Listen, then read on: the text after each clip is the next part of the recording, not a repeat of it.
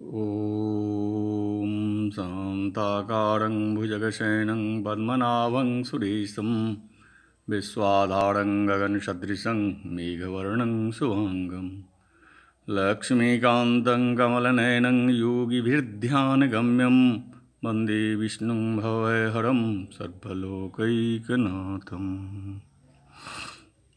मैं कमलेश झा, सहायक प्रोफेसर, युतालाल संस्कृत महाविद्यालय मझौलिया, पश्चिम चंपारण। मैं आज शास्त्री प्रतिष्ठा तृतीय खंड के छात्रों के लिए जिनका विषय व्याकरण है उनके लिए परम लघु मंजूषा नाम की पुस्तक पढ़ाने जा रहा हूँ। जिस परम लघु मंजूषा पुस्तक का कारकार्थ निरूपण का प्रसंग चल रहा है, जिसमें संप्रदान कारक तक की पढ़ाई हो चुकी है और अपादान कारक अर्थात पंचमी विभक्ति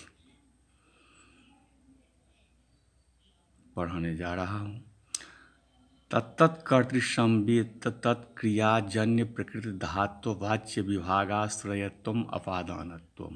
तत्तत् कर्तृसंवेत तत्क्रियाजन्य प्रकृति धात्व वाच्य विभागाश्रयत्वम अपादानत्वम तदेवावधित्वम विभागश्च न वास्तव संबंधपूर्वको वास्तव एव किंतु बुद्धि परिकल्पित संबंध पूर्वको बुद्धि परिकल्पितोपि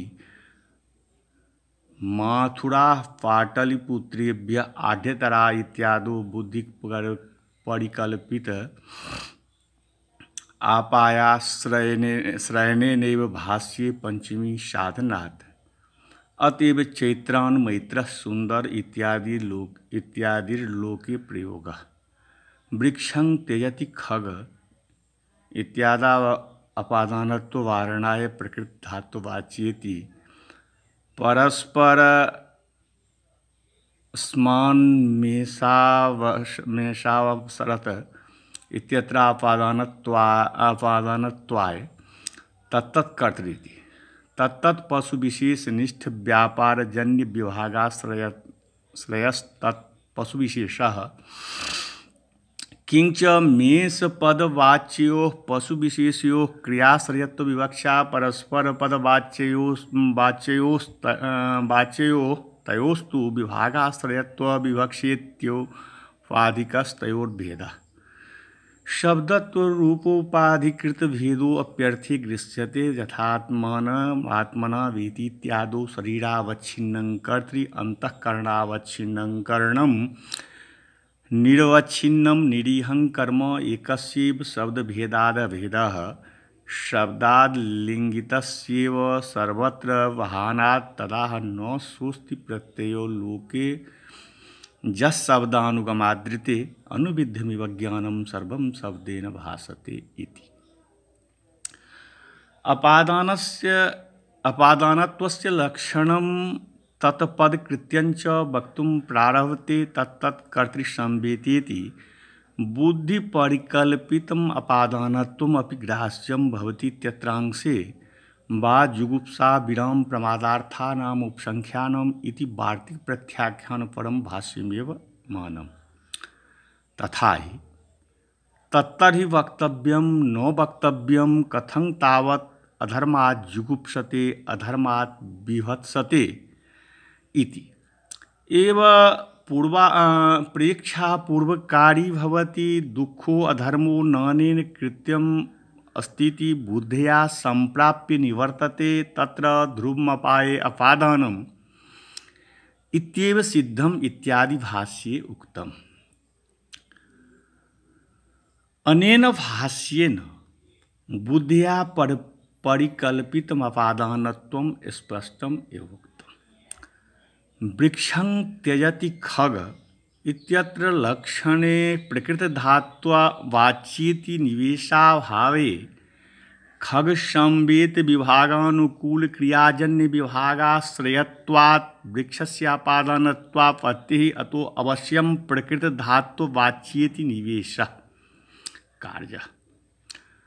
अत्र किल क्रियाजन्य विभागतः प्रकृत धातु वाच्य एव यत्र किल विभागो न प्रकृत धातु वाच्यस्तद विभागाश्रयस्यैवापादानत्व नियमात् यथा वृक्षात् पतति इत्यादि। यत्र च प्रकृत धात्वर्थो विभागस्तत्रोभय प्राप्तो अपादानम् उत्तराणि कारकाणि बाधन्ते इति भाष्यात् कर्मत्वम् एवेति तत्त्वम् परस्परान्मेषावसरत इत्यत्र अपादानत्वाय तत्तत्कर्तृति निवेशः परस्परपदोपात्तयोरपादानत्वं तत्तत्क्रियाश्रयत्वात् मेषपदोपात्तायाः कर्तृत्वञ्चोपपद्यते इति। अन्यथा तत्तत्कर्तृति निवेशाभावे परस्परपदेन पंचमी न स्यात् इत्यत्र अवधेयम्। ननु अपादान लक्षणे प्रकृत धातु वाच्यत्व निवेशे ग्रामात् विभजते इत्यादि ग्रामस्य अपादानत्वं न स्यात् विभागस्य प्रकृत धातु वाच्यत्वात् किन्तु उपसर्गाणां द्योतकत्वात् विसुर्वस्य भज धातु कथं विभागो अर्थ इत्यत् रुचेराह किंचेति एतेन विभागानुकूलगत्यानाश्रयत्वे सति विभागाश्रयत्वम् इति बोध्यम्। वस्तुतस्तु विभाग निरूपितावधित्व प्रकारक तात्पर्य विषयत्वम् अपादानत्वम् इत्येव लक्षणं बोध्यम्। न सोस्तीति शब्दानुगमात् रीते स्वप्रत्ययः लोके न अस्ति सर्वं ज्ञानम् अनुविद्धम् इव शब्देन भाष्यते इत्यन्वयः। अयं भावः यथा ज्ञानं विषयम् अपोश्च न भासते किन्तु विषय विशिष्टमेव शब्दोपि स्वरूपं परित्यज्य न केवलम् अर्थं प्रत्यायतीति।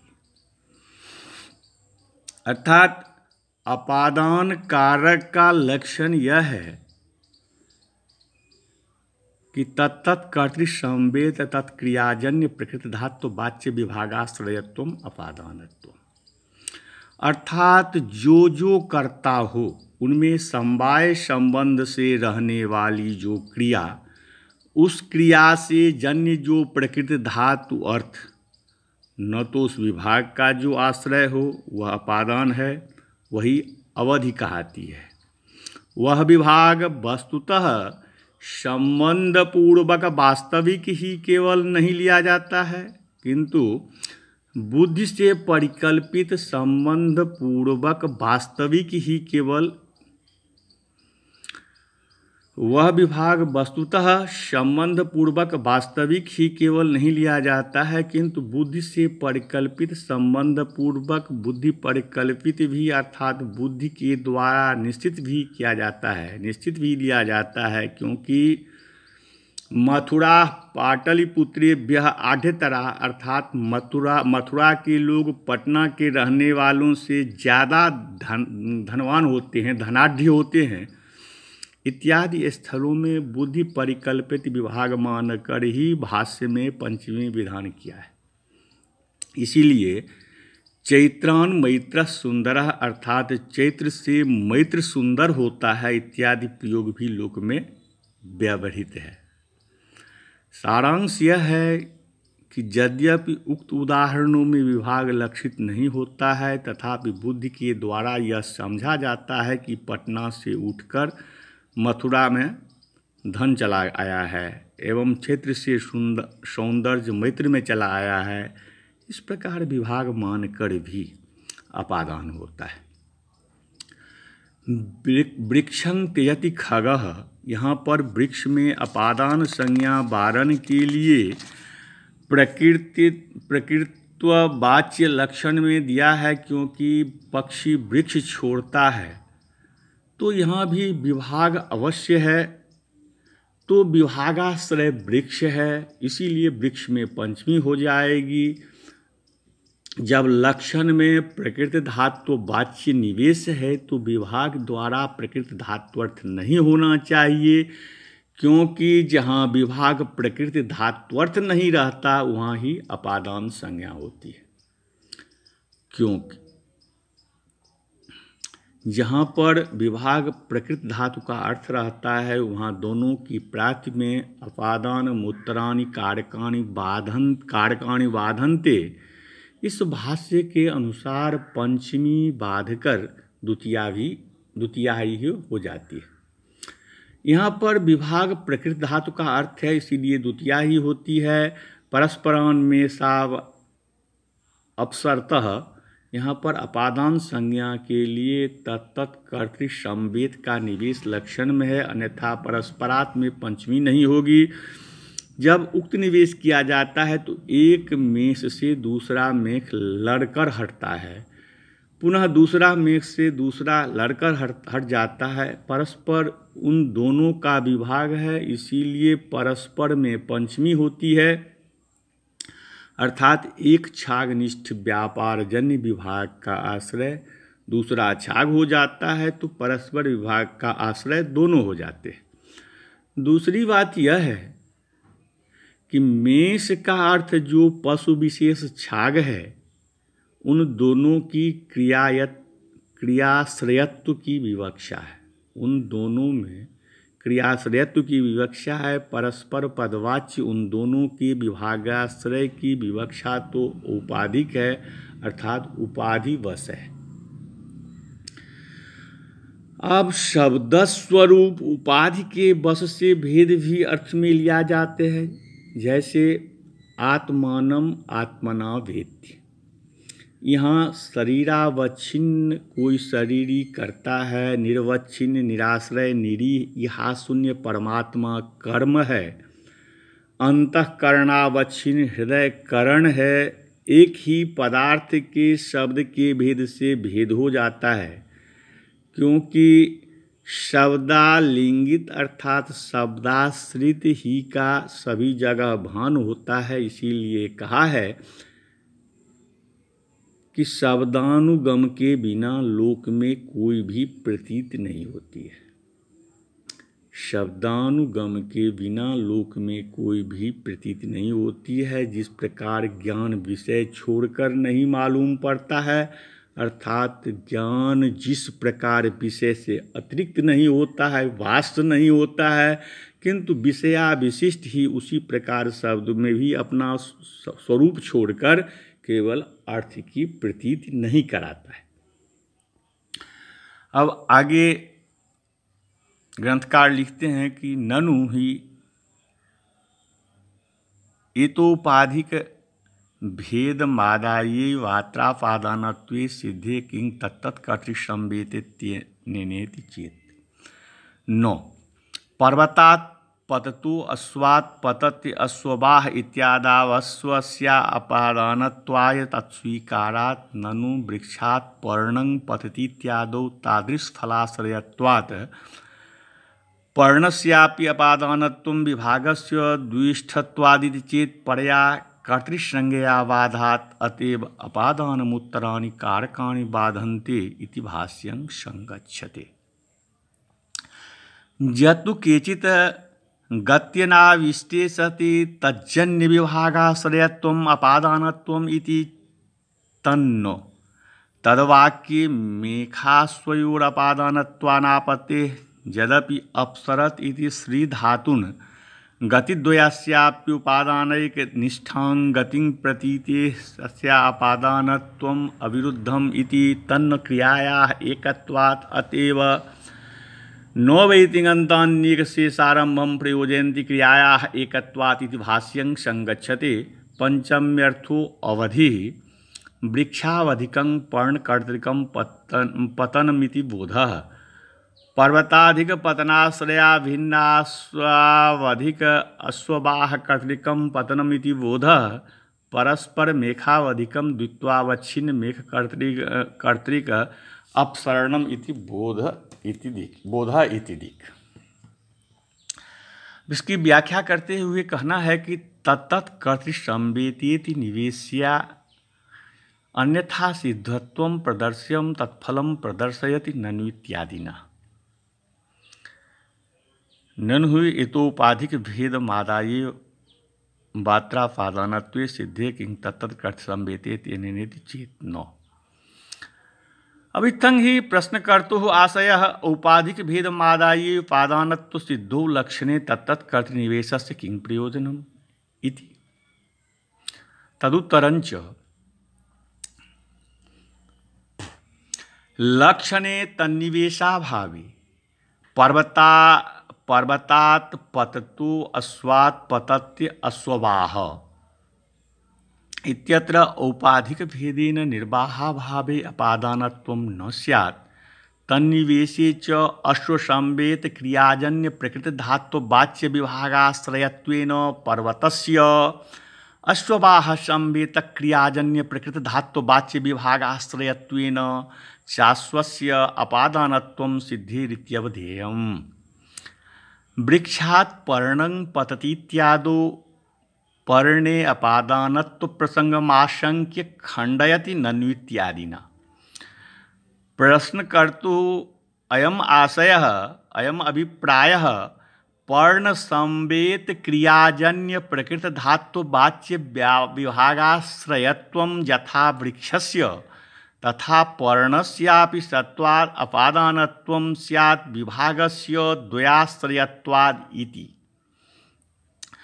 तदुत्तरञ्च अपादानमुत्तराणि कारकाणि बाधन्ते इति भाष्यात् परया कर्तृसंज्ञया अपादानसंज्ञायाः बाधात् नैव पर्णे अपादानत्वम् इति सारम्।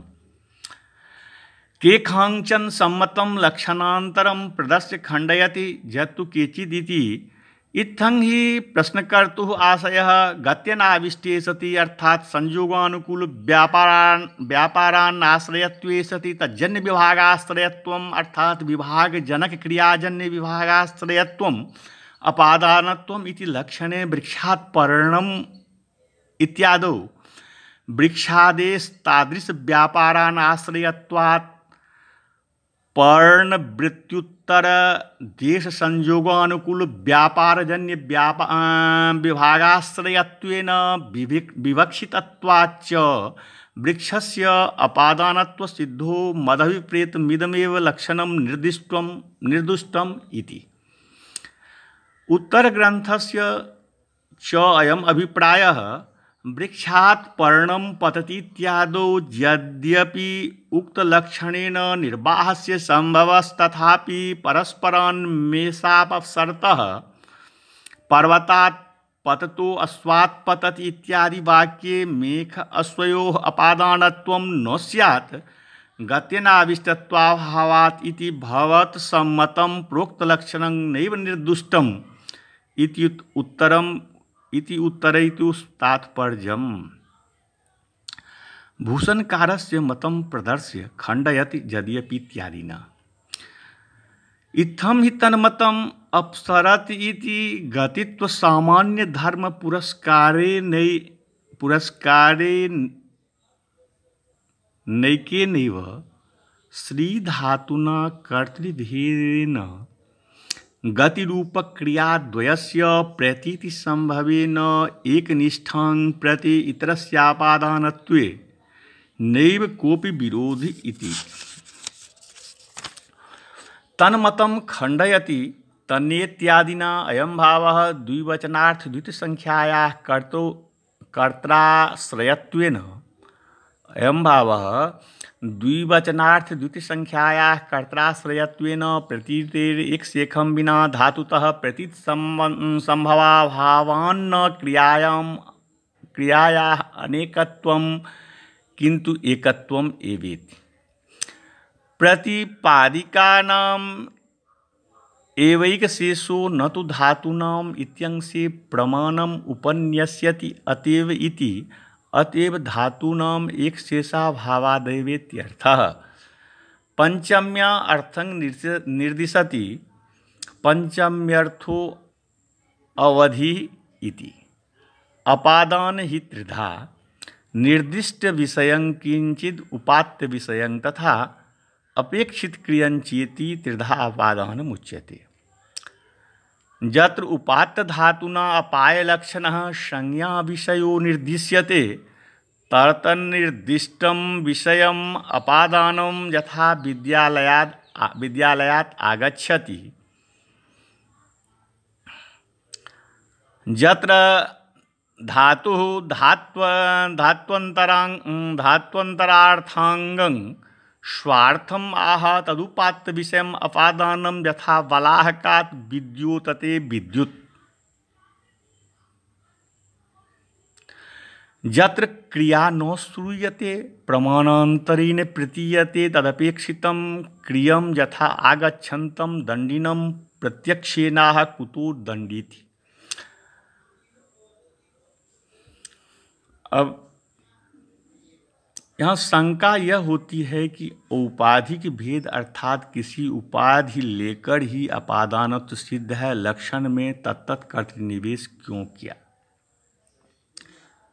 प्रश्न है। इसका उत्तर यह है कि जद प्रश्न पुनः एक बार सुन लीजिए।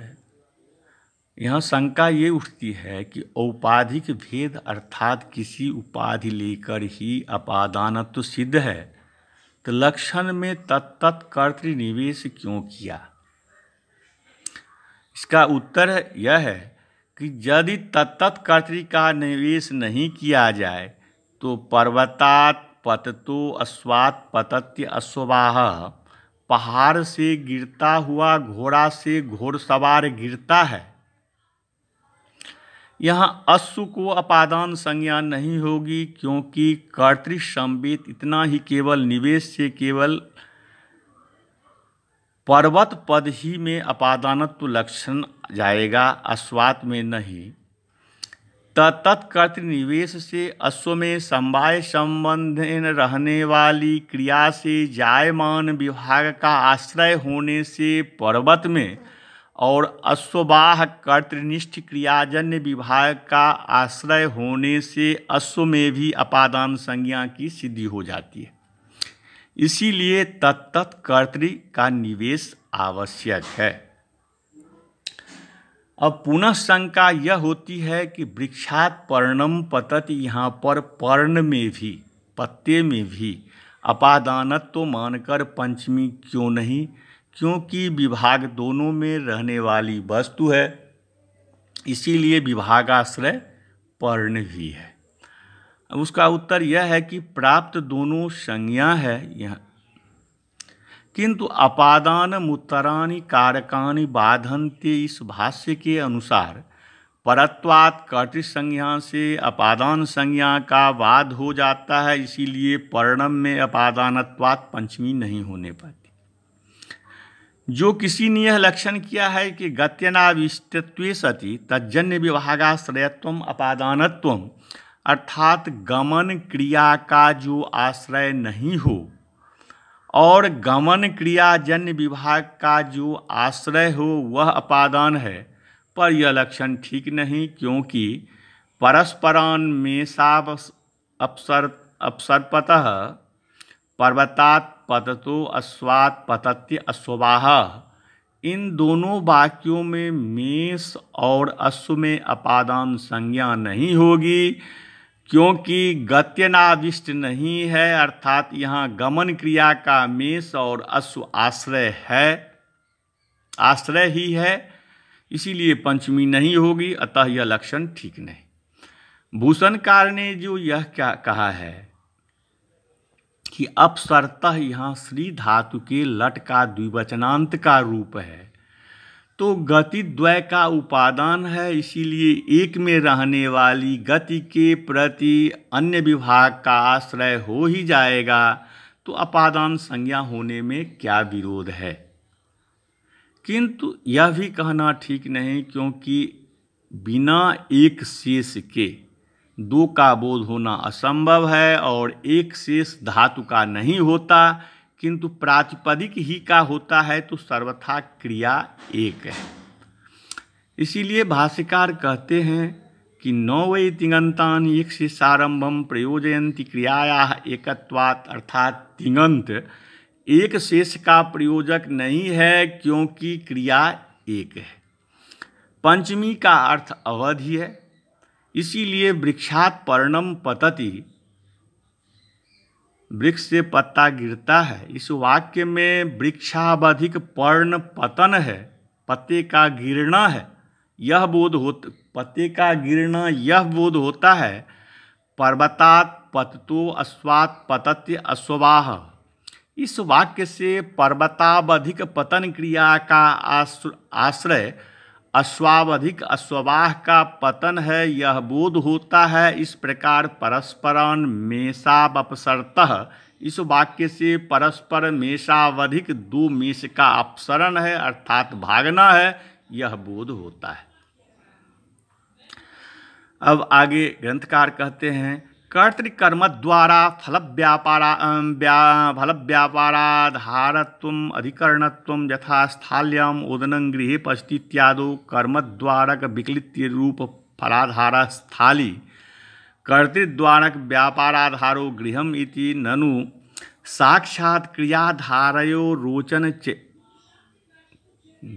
ननु साक्षात् क्रियाधारयो रोदन चेत्रयोरधिकरणत्व लब्धो परंपरया तदाधारयोर्गृहस्थाल्योस्तत संज्ञात्वजुक्तीति चेत न परत्वात् कर्तृकर्म संज्ञाभ्याम साक्षात् आधारो भूते बाधात् स्थाल्याधिकरणिका जा ओदन निष्ठा विक्लिति ही तदनुकूलो गृहाधिकरण को मैत्रिकर्तिको व्यापार इति बोध।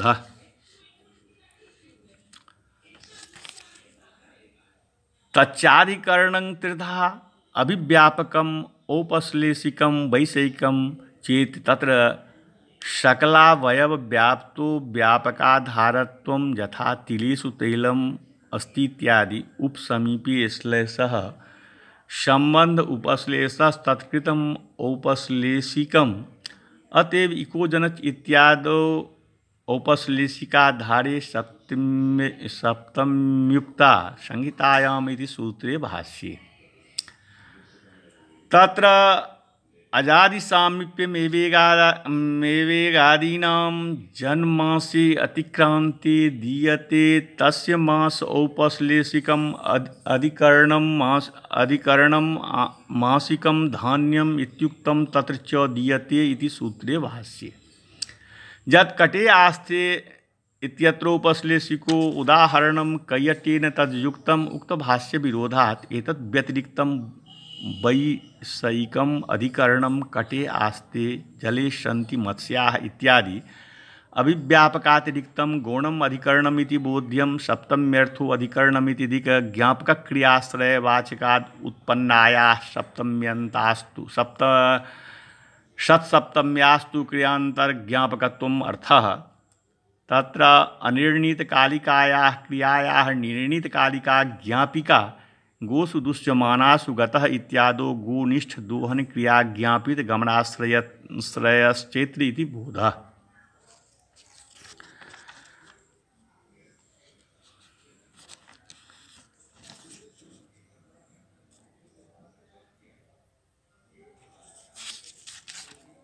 अब यहाँ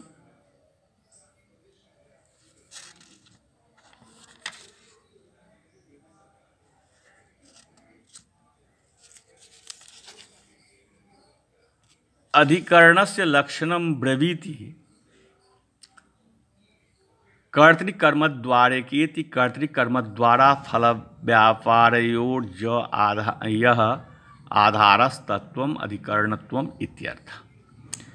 एतादृशलाभप्रकारश्च आधारो अधिकरणम् इति सूत्रसामर्थ्यादेवावशेयः तथा हि उक्तसूत्रेण आधारो अधिकरणम् इति उक्तसूत्रेण कर्तृकर्म घटित परस्परा संबंधेन कर्मनिष्ठ फलरूपक्रियाधारस्य कर्तनिष्ठ व्यापार रूप क्रियाधारस्य च अनेन अधिकरण संज्ञा विधीयते साक्षात् फलाधारे कर्मसंज्ञया साक्षात् व्यापाराधारे च कर्तृसंज्ञया अस्य बाधात् इत्यवधेयम्। स्थाल्याम् ओदनमिति अत्र स्वाश्रयस्योदन संयुक्त रूप कर्म घटित परस्परा संबंधेन विक्लित रूप फलाश्रयः स्थाली तदनुकूल व्यापार रूप कर्तृनिष्ठ क्रियायाः स्वाश्रय देवदत्त संयुक्तत्व रूप परस्परा संबंधेन आश्रयो गृहम् इति बोध्यम्। अत्र अयं निष्कर्षः कारकाधिकारी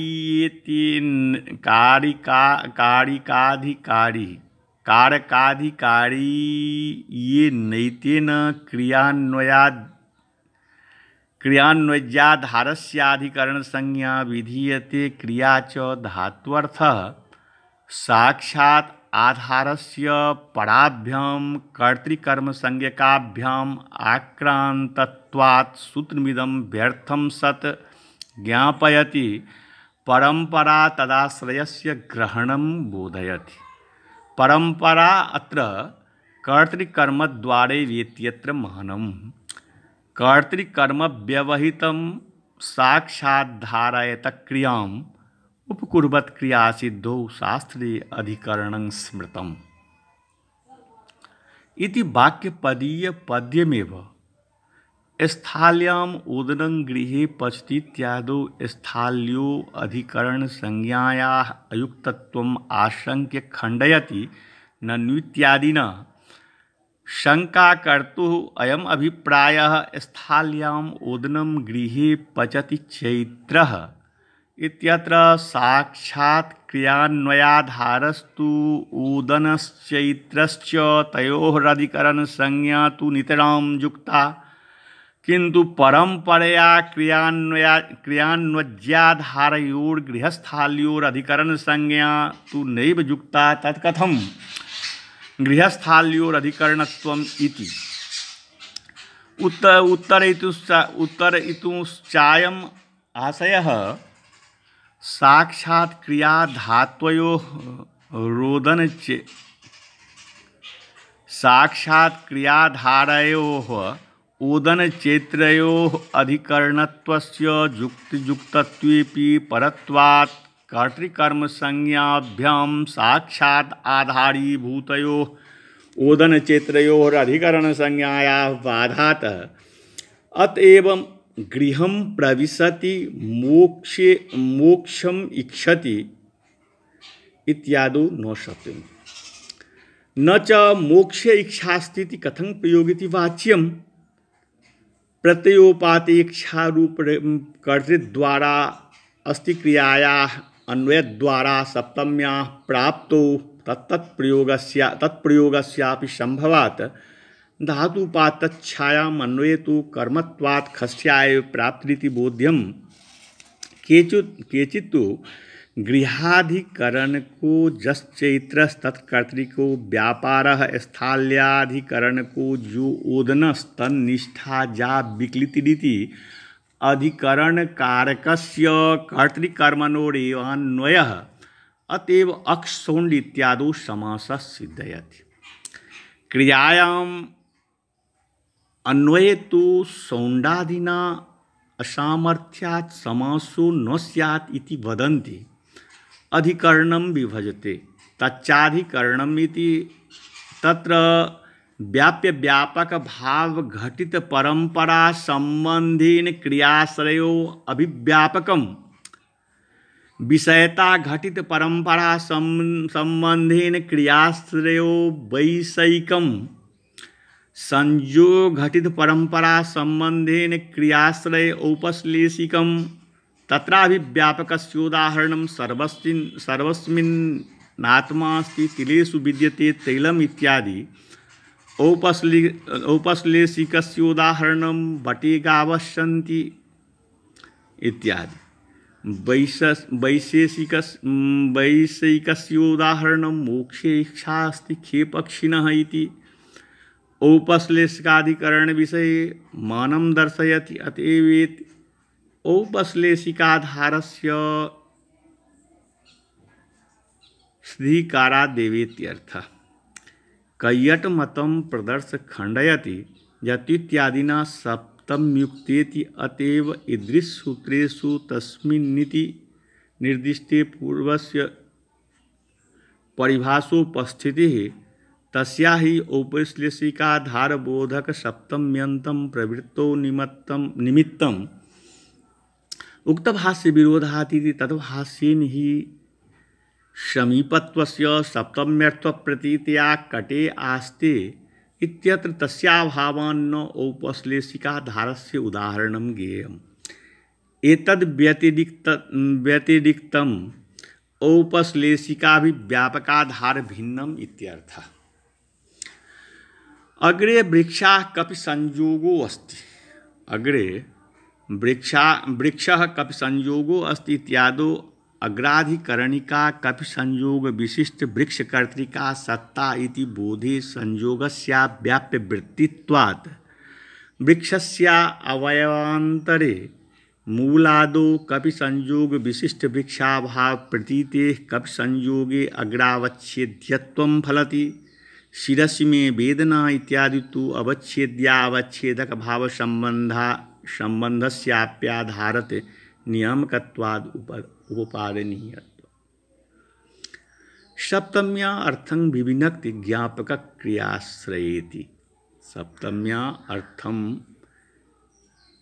विविनक्ति ज्ञापिक क्रियाश्रयेति जस्य च भावेन भावलक्षणम् इति सूत्रभित सप्तम्या इत्यर्थः।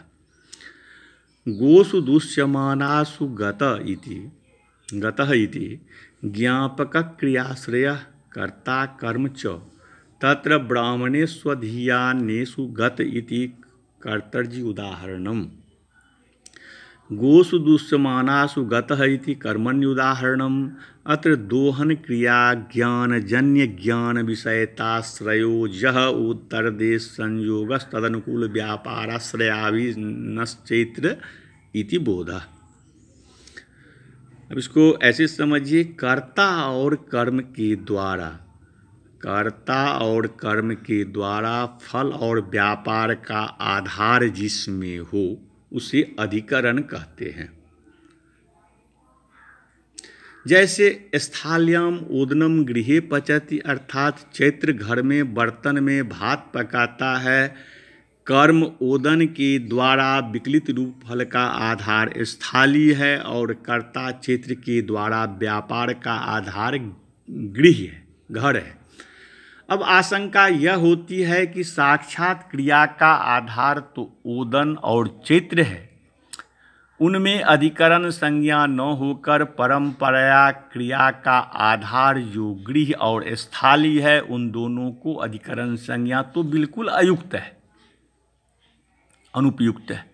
उत्तर यह है कि अधिकरण संज्ञा की प्राप्ति ओदन और चैत्र में भी, किंतु अधिकरण संज्ञा तो परत्वात् साक्षात आधार चैत्र में कर्तृ संज्ञा हो जाती और साक्षात ओदन में कर्म संज्ञा हो जाती है। इसीलिए स्थाल्यधिकरणक ओदन निष्ठ विकलित्यनुकूल व्यापार है और गृहाधिकरणक मैत्र कर्तृक व्यापार है, इस प्रकार का बोध होता है। वह अधिकरण तीन प्रकार के होते हैं, एक अभिव्यापक, दूसरा औपश्लेषिक और तीसरा वैषयिक। उनमें व्याप्य व्यापक से घटित परस्परा संबंध से क्रिया का आश्रय अभिव्यापक होता है, अर्थात संपूर्ण अवयवों से व्याप्ति रहने पर अभिव्यापक होता है। जैसे तिलेषु तैलम अस्ति, यहाँ तिल में संपूर्ण अवयवों से तैल विद्यमान है। सर्वस्मिन् आत्मा अस्ति, यहाँ सभी प्राणियों में व्यापक रूप से आत्मा रहती है। संयोग घटित परंपरा संबंध से क्रिया का आश्रय औपश्लेषिक होता है, क्योंकि उप का अर्थ समीप होता है और श्लेष का अर्थ संबंध होता है। अर्थात समीप संबंध से जो आधार है उसे औपश्लेषिक आधार कहते हैं। जैसे बटे गावश्यन्ति, यहाँ बट वृक्ष और गौ का समीप संबंध है, इसलिए औपश्लेषिक का यह उदाहरण है। इसीलिए इकोजनस सूत्र में औपश्लेषिक आधार में सप्तमी संहितायाम इस सूत्र के भाष्य में कही गई है। यहाँ इगादि का आजादी के साथ सामीप्य है। जनमासे अतिक्रांते दीयते तस्य मास औपश्लेषिकाधिकरणम मासिकम धान्यम, अर्थात महीना बीत जाने में जो दिया जाता है उसका मास औपश्लेषिक अधिकरण है, इसलिए मासिक धान्य है। यह तत्र च दीयते इस सूत्र भाष्य में कहा गया, इस सूत्र के भाष्य में कहा गया है। कैयट ने जो औपश्लेषिकाधार का उदाहरण कटे आस्ते कहा है वह सर्वथा अयुक्त है, क्योंकि उक्त इकोजनस सूत्र के भाष्य से विरोध आ पड़ता है। क्योंकि यहाँ सप्तमी का अर्थ सामीप्य कहकर आजादी सिर्फ इगादि का बताया है, वहाँ सामीप्य का अभाव है। इसीलिए अभिव्यापक और औपश्लेषिक इन दोनों से भिन्न वैषयिक का उदाहरण यह है। इसी प्रकार जले मत्स्या सन्ति, यह भी वैशेषिक का ही उदाहरण है। इसी प्रकार अभिव्यापक से अतिरिक्त एक गौण अधिकरण भी है, यह जानना चाहिए। सप्तमी का अर्थ अधिकरण है, सप्तम्यर्थे अधिकरण है। सप्तमी का अर्थ अधिकरण है। एक ज्ञापक क्रिया का आश्रयवाचक शब्द से उत्पन्न सप्तमी होती है। उसका अर्थ क्रियांतर ज्ञापकत्व, तो उसमें अनिश्चित काल वाली क्रिया का निश्चित काल वाली क्रिया ज्ञापिका होती है। जैसे गोसु दुश्यमानासु गतः, अर्थात गाय दूही जाने पर वह चला गया। यहाँ गोनिष्ठ जो दोहन क्रिया है उस क्रिया से ज्ञापित गमन क्रिया का आश्रय चैत्र है, यह बोध होता है। आगे ग्रंथकार कहते हैं कारक प्रातिपदिकार्थ व्यतिरिक्त स्वस्वाम्य भावादि संबंध षष्ठ्यावाच्य तत्र राज्ञः पुरुषः इत्यादौ षष्ठीवाच्य संबंधस्याश्रयी भाव संबंधेन पुरुषे अन्वयः राज निरूपित संबंधवान पुरुष इति बोधात् ननु संबंधस्योभय निष्ठत्वात् पुरुष शब्दादपि षष्ठ्युत्पत्ति अस्त्विति चेत् न राज संबंधी पुरुष इति विवक्षायां राज शब्दादेव षष्ठी प्रकृत्यर्थ प्रत्यार्थस्य प्राधान्यम इति व्युत्पत्त्यनुरोधात्, अन्यथा तद्विवक्षायां राजा पुरुषस्येति पुरुष शब्दात् षष्ठ्यां पुरुषार्थीति षष्ठ्यर्थस्य विशेषणत्वापत्या व्युत्पत्तिभंगापत्तेः अतएवात्र भेदभेदकयोश्चैक संबंधो अन्योन्यमिष्यते दुष्टो यद्यपि संबंधः षष्ठ्युत्पत्तिस्तु भेदकात् इति। भेद का संबंध निरूपको भेद्य संबंध वाच्य। अष्टर्थ्यर्थम विविनति कारक प्रातिपादिकार्थी तो अयम भावः कारक प्रतिपादिकार्थ भिन्न स्वामभावादि संबंध एवं षष्ठ्या अर्थ अत्रादिना अवयवावयवी भाव संबंध जन्य जनक भाव संबंध विषय विषयी भाव संबंधश्च ग्राह्य प्राचीनास्तु संबंधत्वेन रूपेण तत्संबंधे शक्तिं नैव प्रत्येकं संबंधे शक्तिं स्वीकुर्वन्ति। अनेक शक्ति कल्पने गौरवापत्तेः एवंच शक्ततावच्छेदकस्य संबंधत्वस्य कर्तृत्वकर्मत्वादिषु विद्यमानात् संबंधत्वेन रूपेण षष्ठ्यत्वम् अस्त्येव। अतएव संबंधत्व विवक्षायां शतांगतं सर्विषो जानीते इत्यादि स्थले षष्ठी भवति। नव्यास्तु संबंधत्वेन रूपेण न स्वस्वामी भावादि संबंध्य षष्ठ्यर्थः एकशतं षष्ठ्यर्था इति षष्ठी स्थाने योगा इति सूत्रस्थ भाष्यानुरोधात् राज्ञः पुरुषः इत्यादि तो स्वत्व स्वामित्व रूप समूह एवं षष्ठ्यर्थः नहि स्वत्वं स्वामित्वं वा षष्ठ्यर्थः तस्य एकमात्र वृत्तित्वात् इति वदन्ति। व्युत्पत्तिभंगापत्तिरिति प्रकृत प्रत्ययार्थयोः प्रत्यार्थस्य प्राधान्यम् इति व्युत्पत्तिभंगापत्तिरित्यर्थः। उक्तार्थे मानं प्रदर्शयति भेद्य भेदकयोरिति। भेद भेदकयोः भेद्यं विशेष्यं भेदकं विशेषणं भेद्यंच भेदकंच ते तयोः भेद्य भेदकयोः श्लिष्टः संबंधः अन्योन्यं परस्परम् इष्यते। यद्यपि संबंधः द्विष्टः द्विनिष्ठस्तथा भेदकत्वात् विशेषणादेव षष्ठ्युत्पत्तिर्भवति इत्यर्थः। तत्र भेदकः सम्बन्धस्य निरूपको भवति, भेद्यः सम्बन्धस्य आश्रयो भवति इति च बोध्यम्। अब कारक प्रतिपादिकार्थ से भिन्न स्वस्वामी भाव, अवयवी भाव, जन्य जनक भाव, विषयी भाव संबंध षष्ठी सा का अर्थ होता है। उनमें स्वस्वामी भाव संबंध का उदाहरण है राज्ञः पुरुषः। यहाँ राजा और पुरुष का स्वस्वामी भाव संबंध है।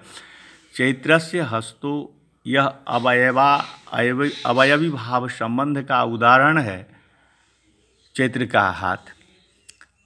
यहाँ अवयवी भाव संबंध है। यहाँ अवयवी चैत्र का हाथ अवयव है, यहाँ अवयवी चैत्र हाथ अवयव है, इसीलिए यहाँ अवयवी भाव संबंध है।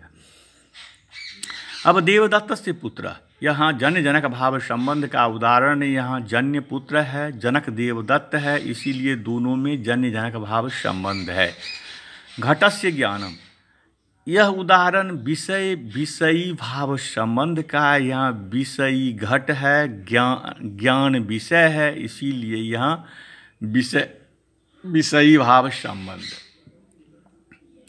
राज्ञा पुरुषता, यहाँ पर षष्ठी का अर्थ जो स्वस्वामी भाव संबंध है, उस संबंध में पुरुष में आश्रयाश्रयी भाव संबंध से अन्वय है, इसीलिए राज निरूपित संबंध वाला पुरुष है, यह बोध होता है। राजा का पुरुष है अर्थात सेवक, यह बोध होता है।